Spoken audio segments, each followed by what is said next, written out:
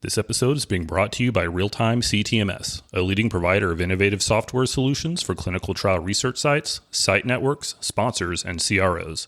Check out realtime-ctms.com to learn more. Hello and welcome to the Note to File podcast, a collection of interviews, best practices, and candid commentary for clinical research sites.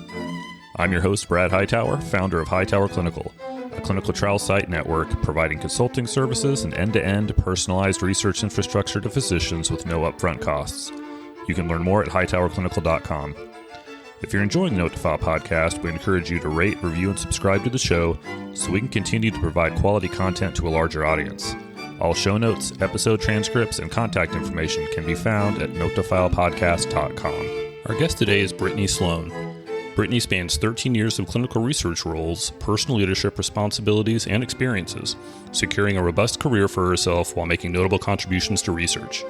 Most recently, she's been on leave, reconfiguring her next steps for the future, especially through the lens of being a woman of color. In this episode, we discuss emotional intelligence in clinical research, the importance of a good team, and the origin and mission of Black Research Matters.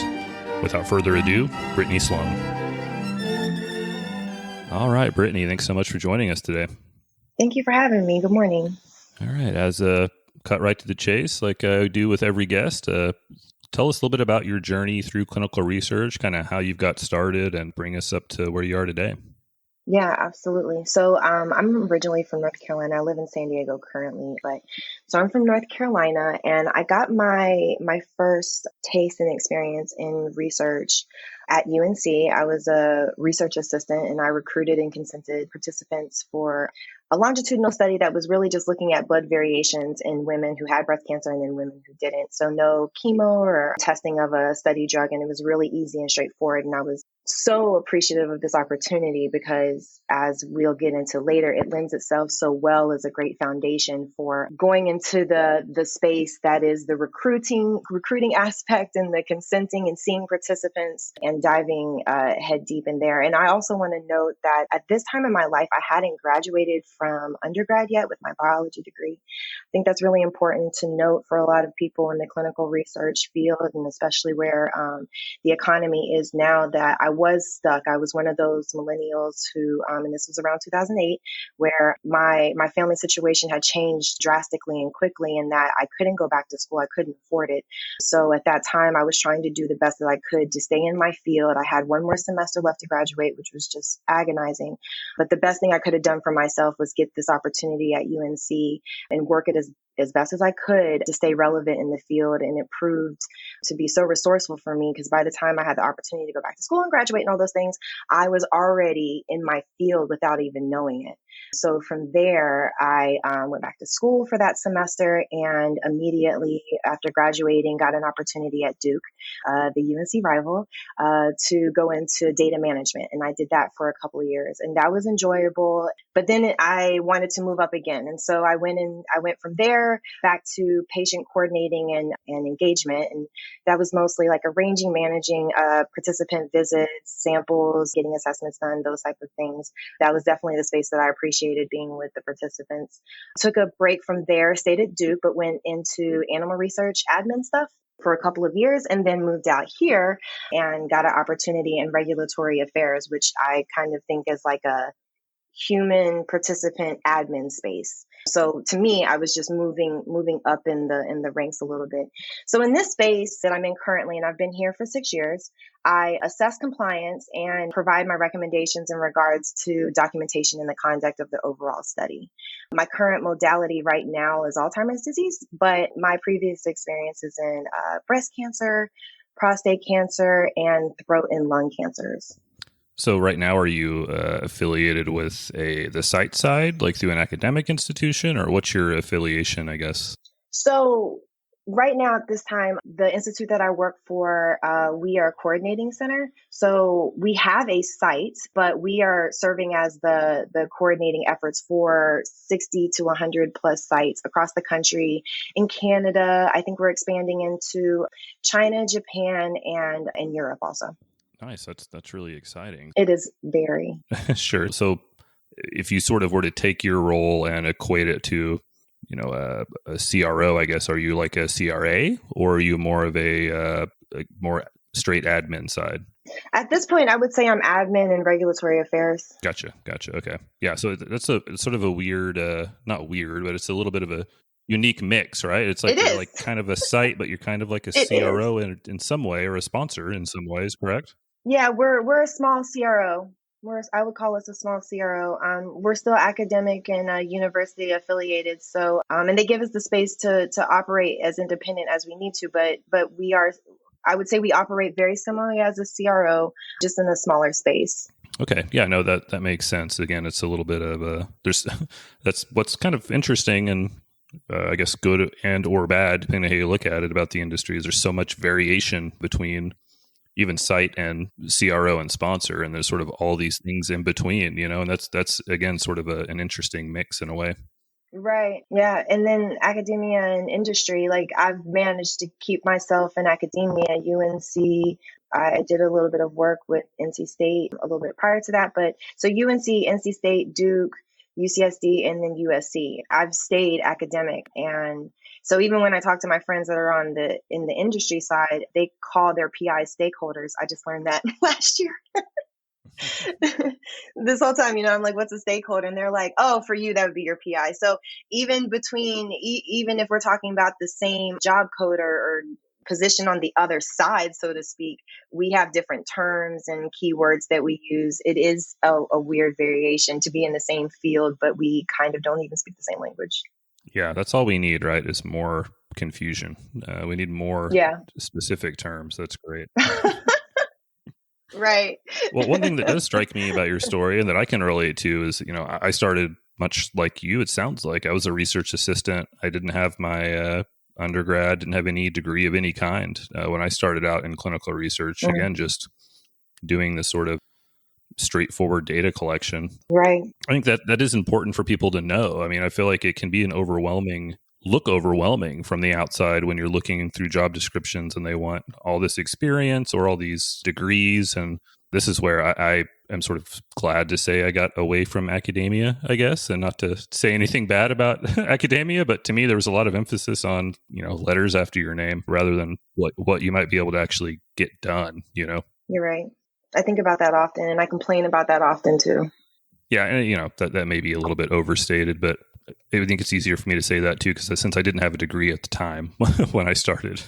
Well, I think we have a great perspective, you and I and people like us. And that's why it was so important for me to highlight that in the beginning, because as more people are coming into the field of clinical research professionals, like that being a field, concept, title, like you said in your mission, your vision statement of the Note to File podcast, it's a community.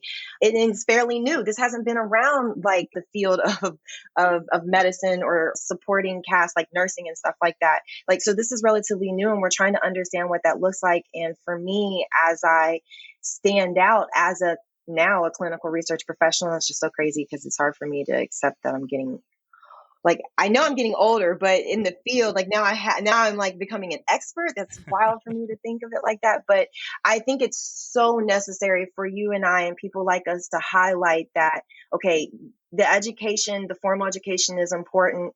But at the time that we got in, despite what the job descriptions say, we managed to get into the field, and you can do it too. And I also guess I don't want to call it breaking in.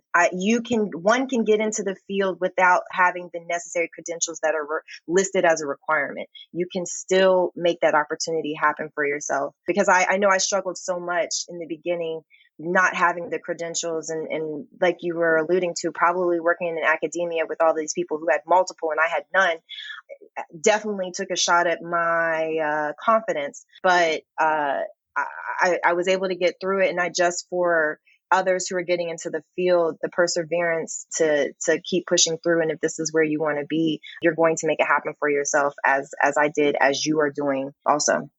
Yeah, no, I couldn't agree more. I think that's what's so fascinating about what we do is you can have everything from someone with no degree at all to, you've got foreign MDs working at a site level even. Mm-hmm. It's the whole breadth of, different perspectives and different strengths that can all work together to make that work. And, I can definitely relate to feeling like sort of an outcast or intimidated by working in academia. Yes. And so many people start out in that area because I do think, for better or worse, that's where a lot of the job opportunities lie. I just think it's a shame if people sort of get intimidated, and I've seen it, people sort of get edged out of the industry or that career path because they're like, don't feel comfortable or don't feel sort of accepted and supported in a place where, again, sort of the letters after your name sort of determine your value in a way.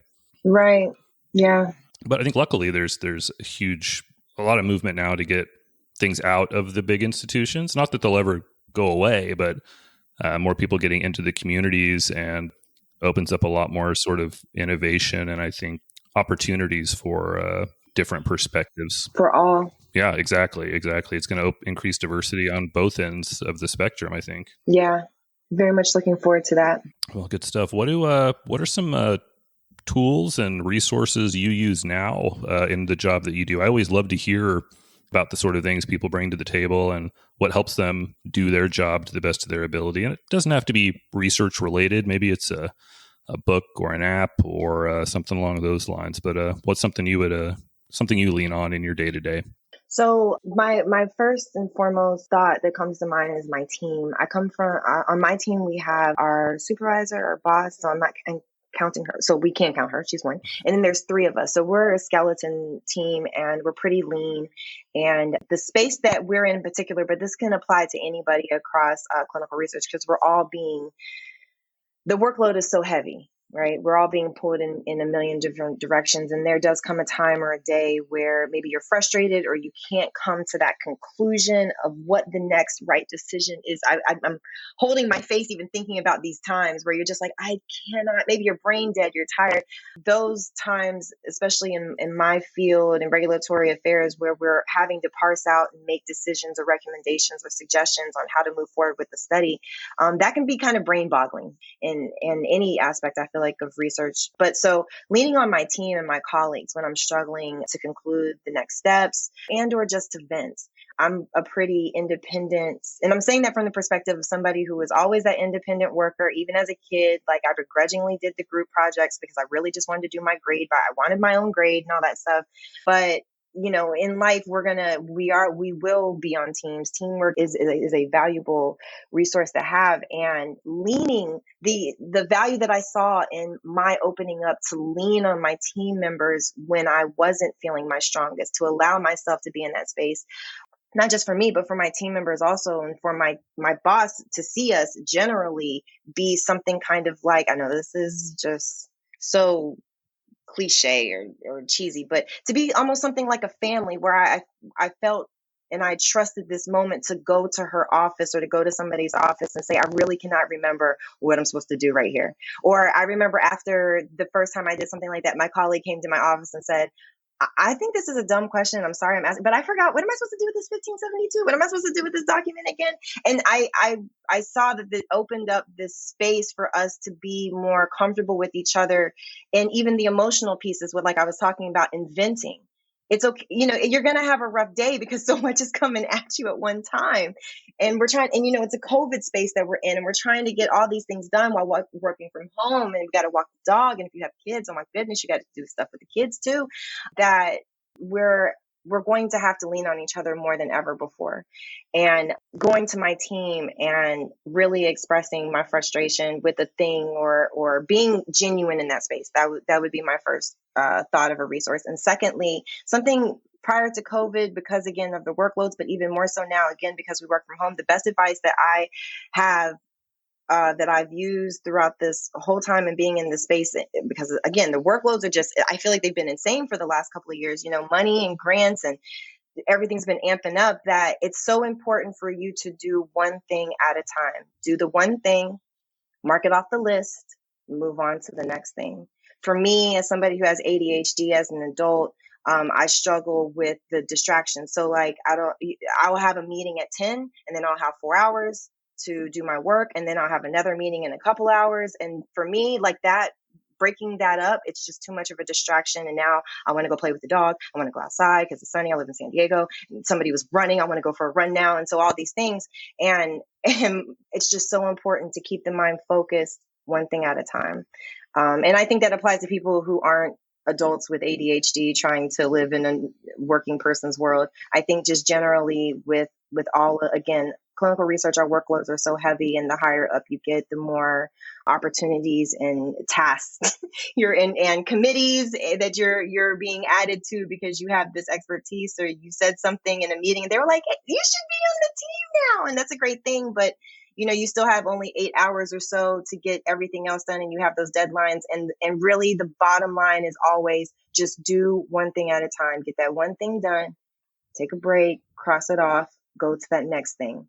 And some days it'll be one or two things. I remember my boss telling me that because I was just so upset. I felt like I wasn't making the mark. And I remember her telling me, there are going to be days where you get one thing done or two things done. And that's okay because you're doing your best. And that's it. Yeah, no, I mean, there's a lot of themes that jump out to me in that. So, going back to the sort of almost a company culture, thing, being able to be so open and communicate, and to have emotional intelligence, as to, how to deal with other people and vent with each other. And, I think a lot of that goes back to company culture. I mean, I've worked in places where, the coordinators don't like each other, right? That's not a good environment. It's not a good environment for anyone. It's not a good environment for the employees. It's not good for research subjects or research patients. That can be something that's challenging to overcome. Obviously, you can only really sort of control your own self, so to speak. So that can be challenging. But, if you find those places where you have that ability to be open and communicative, I think that's where you want to be. Sounds like you're lucky enough to be in a place where that's the norm. I am. And then again, I also want to say that maybe I'm not.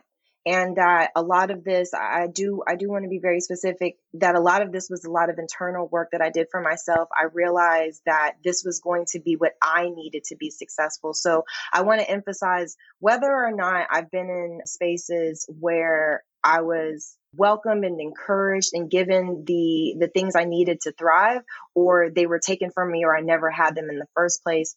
I think it's so important for people in the field already or coming into the field to recognize, like you're saying, there can and there will be, I can confirm, times in spaces where the coordinator doesn't like you, or you don't understand why they aren't as prepared and organized as they should be, and they're a lot scatterbrained, and you don't understand how they got into that position, all these frustrations and how it impacts your day-to-day work. And I want to be clear, like I've been in very, very, very frustrating positions in my current position and in other times also.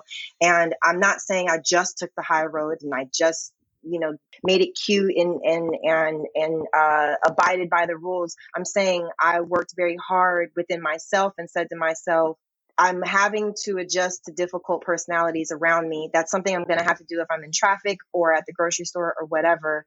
And I have to adjust to what is occurring in front of me, or how am I going to deal with this and not flip out, or do the first thing that you want to do, which is probably address it in a tone that's not going to be helpful for the two of y'all at the workplace, all these things. But that within myself and going home, this is back when we went home. We left work and we went home, and not just close the laptop. How am I going to maintain a happy day or a happy life outside of work? Because we all know that you still take work home with you. And especially, I'm saying these workloads are heavy. How do you disconnect? And being home, how do you disconnect when you just close your laptop and your dog or your kid or your loved one is so happy to talk to you and you're still very frustrated? How do you set that separation? And for me, it was the opposite of what I thought. It was making myself vulnerable. Yes, in the face of frustration, excuse me. Yes, in the face of people who still weren't helping me and they were still making my job harder. And we were supposed to be my teammate, or we're supposed to be on working in the same project.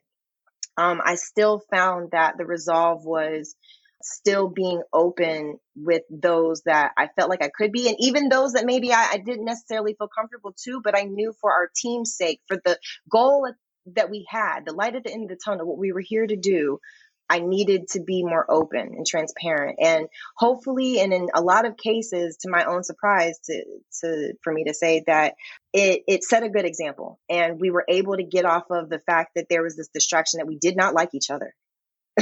or we don't like each other, or there's something there about a way, that's not that's negative and not positive, but that like that has nothing to do with what we're doing here. And I'm just gonna, for me, in those instances, I'm going to reset the tone for all of us, or at least just for myself. If I can embody that outwardly, that would be helpful too.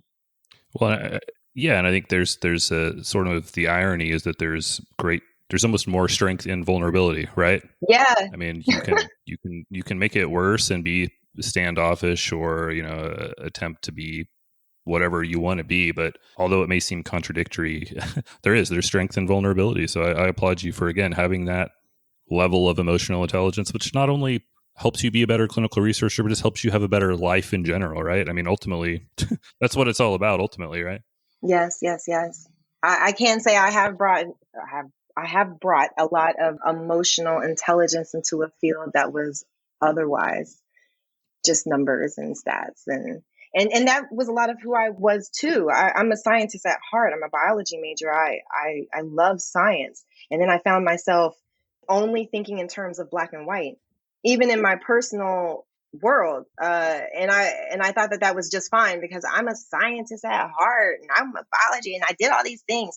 And I realized how disruptive it was and how it is disruptive at doing I mean, I'm not a practicing scientist, but how disruptive it is even in my field, in my body of work, to think in black and white terms, though this is where this duality concept really plays out, as in science, like either it is or it isn't. Did it pass or did it not? And it's just been a hard road for me to introduce the emotional intelligence. But I see it's difficult with my colleagues and my directors because they're scientists, they're medical doctors, they're PIs. They don't want to think in those terms because we're really just here to talk about the bottom line. Did we hit the mark? What does data interim analysis say? But as we go on to talk more, like we're going to have to bring the understanding that I'm having now as I've taken this step back and I've been on leave for some time. And we're going to have to introduce much more care and emotional intelligence into the conversation of research and participants. And even within our field, we're going to have to be generally more tolerant and kind and understanding and open and inclusive. We've got a lot of work to do. Yeah, well, and it's my sort of cheesy saying is, clinical research is too clinical, right? It is. Like what we do is oftentimes mired in the gray areas. We're dealing with human beings, not just numbers and molecules. Right. And I can say very confidently from the site side, it's more relationship building than it is a transactional relationship, Correct. right? I mean, it's very interpersonal. People have to trust you and believe you and be willing to and even want to come visit you to, retain the patients within your study. And I think that expands even beyond that. Your PI needs to like you, right? Absolutely. You all have to work together for the bigger picture, and that's a sort of subtle and nuanced thing, but I think it's doesn't go unnoticed either. So I'm glad that that seems to be something you have your sights set on. In the time that I've been working in research, I have recognized the call to action that we as a community have brought to light, but that we're still missing the mark on in terms of in the field and in our patient populations, and that's diversity, equity, and inclusion. I would say that we're still lacking diversity, but now we have this cool term that everybody wants to use now. So DEI, diversity, equity, and inclusion. And so from my experience in being in these various departments like data management and ClinOps, and now I'm in regulatory, what I've noticed and I've understood, I would say as being a Black woman moving throughout the field is that, again, like we've got to get ourselves better acquainted within the field with diversity, equity, inclusion. So what I'm saying is that we have to hire more people who represent more of the people that we're trying to see. And very plainly, what I'm saying is that if we're lacking on a study in terms of Black participants, then you should probably have some people who represent those demographics come in and help to recruit and encourage those conversations, in the least encourage those conversations within the population, understanding that it'll take some time, especially with the Black community, to regain that trust there. And like I was saying, like within our patient populations, we're still missing the mark. And I noticed that with all organizations, really what it comes down to is putting more money in recruitment and retention, not spending much time in the conversation between what is the difference between equity and equality. Also, I don't know if you're aware of, you've been talking about in this platform, the NIH mandate that a couple of years ago asked nicely for NIH funded grant recipients to please try to include some more people of color in your research. And now, as of April, I think the notice came out in November, but as of April 12th, all applicants who are looking for NIH funding will have to have a special section filled out explaining how they have met diversity measures at their university or their site before and how they plan on doing that in the future. And your funding will get tied up in that in your annual report. So now that we have that added to the conversation, I am interested to see what this is going to look like in the future as we push this conversation of diversity, equity, and inclusion, and parsing out the differences between equity and equality. And really, I think this comes down to, like, even within this science field, we're going to have data or science on overcoming racism in the field, right? As generally, I understand the medical system to be racist and flawed, and there are issues there. It bleeds over so easily into research. And so we have a lot to clean up in those areas. So all of that being said, as I was noticing this and just in my time of being in clinical research, I decided to start a nonprofit called Black Research Matters. And it's a safe space for Black people only to have where we can discuss and chop up the ideas and the notions of research. What does that look like? How do you participate if you want to? What are some myths or some rumors or some things that you heard now that we're in this COVID space that is really lending ourselves to having the conversation be more prevalent in homes now? And it's a gift and a curse, and I'm just going to take it. And so right now, my work outside of my work is focusing mainly on having this conversation with Black people. My goal is to make us better informed decision makers. We have an adversity to research, and for a good reason. And it was well before Tuskegee syphilis study, and it's been well after the Tuskegee syphilis study that our bodies have been abused in research and misused. And so the reason for the lack of participation, I understand that. And so I'm just trying to take the platform and the experience and the expertise that I have and really focus it in the areas that I know I'd be best served, and that's with my people, to provide the space where we can just talk about the consent form and what it looks like. And, it's 25 pages typically, and like what these big words mean and what's a data repository, and do you care about how long they're going to have your data and where else they're going to use it, and what are other aspects? What's indemnification mean? Like what is the short version of what that means? What are we saying when we say injury language? Are you going to actually be injured in this study? And like, who do you call if you have questions or you didn't like your, all these things that I think when you're in a space where you haven't been given the equity, okay, like you haven't been given the opportunity to understand research ever. We've always been behind the eight ball in understanding that in turn, in going forward, the best thing for us to do is to have a conversation within ourselves where it's initially a safe space where we can talk and dialogue and get an understanding. And then we all know that in the world that we live in, you're going to be approached to participate in research at any time, whether it's in the ER because your mother is there or you are, or whatever may happen. Or now maybe you are interested in participating. That I want Black people to be best informed as they can so that they can make an individual decision on if they believe that this is the right thing for them, as opposed to having the automatic reaction of just saying no. And I understand why.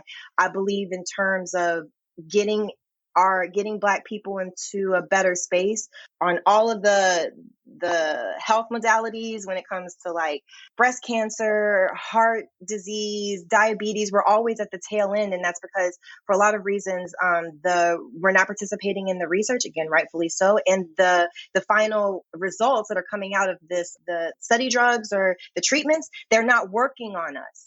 Our bodies are different. I know people want to think anatomically we're all the same, but we're not. And they're not working on this. Well, they're not working on this, and we don't know why, because we're not participating. And that makes sense to me. And this continues the wheel, and we just keep going. So the goal, again, is to have this conversation with Black people in this safe space to help encourage and facilitate the thinking and the hope that maybe it'll make it more comfortable for them to ask the questions later if they find themselves participating in research, ultimately, so that we can live longer and have better opportunities opportunities in life, just like everybody else. So all that to say, Black Research Matters is the safe space that I've created for Black people currently now on Facebook. So you can find us on Facebook, Black Research Matters, very easy like that. If I'm still in the very beginning stages of creating it, and so it's very grassroots still. The email address that I have, if anybody just wants to reach out, non-Black people are welcome. Of course, you just can't be in the group, but you most certainly can be an ally and a resource to the nonprofit overall, and that's going to serve us very well. So it's not going to go unnoticed and without its own gratitude and appreciation. So you can reach out to us at Black Research Matters. It's BLK Research Matters with the S at gmail.com. All right. I love it. And, I'd really like to have you back for another episode where we can kind of unpack, a little bit more of that. I feel like it'll be possibly a series of conversations versus one. Absolutely. Yeah, I would love that. Awesome. We'll put all your contact info and links to the Facebook group on these show notes. And I really just want to thank you for coming on. I love what you're doing, and we're gonna get you back on and keep checking in with you. Yes, I appreciate that, Brad. Thank you so much for your support. I really appreciate it. Thanks, Brittany. Thank you for listening to the Note to File podcast. All show notes, episode transcripts, and contact information can be found at notetofilepodcast.com. And again, please don't forget to rate, review, and subscribe. Thanks again for listening.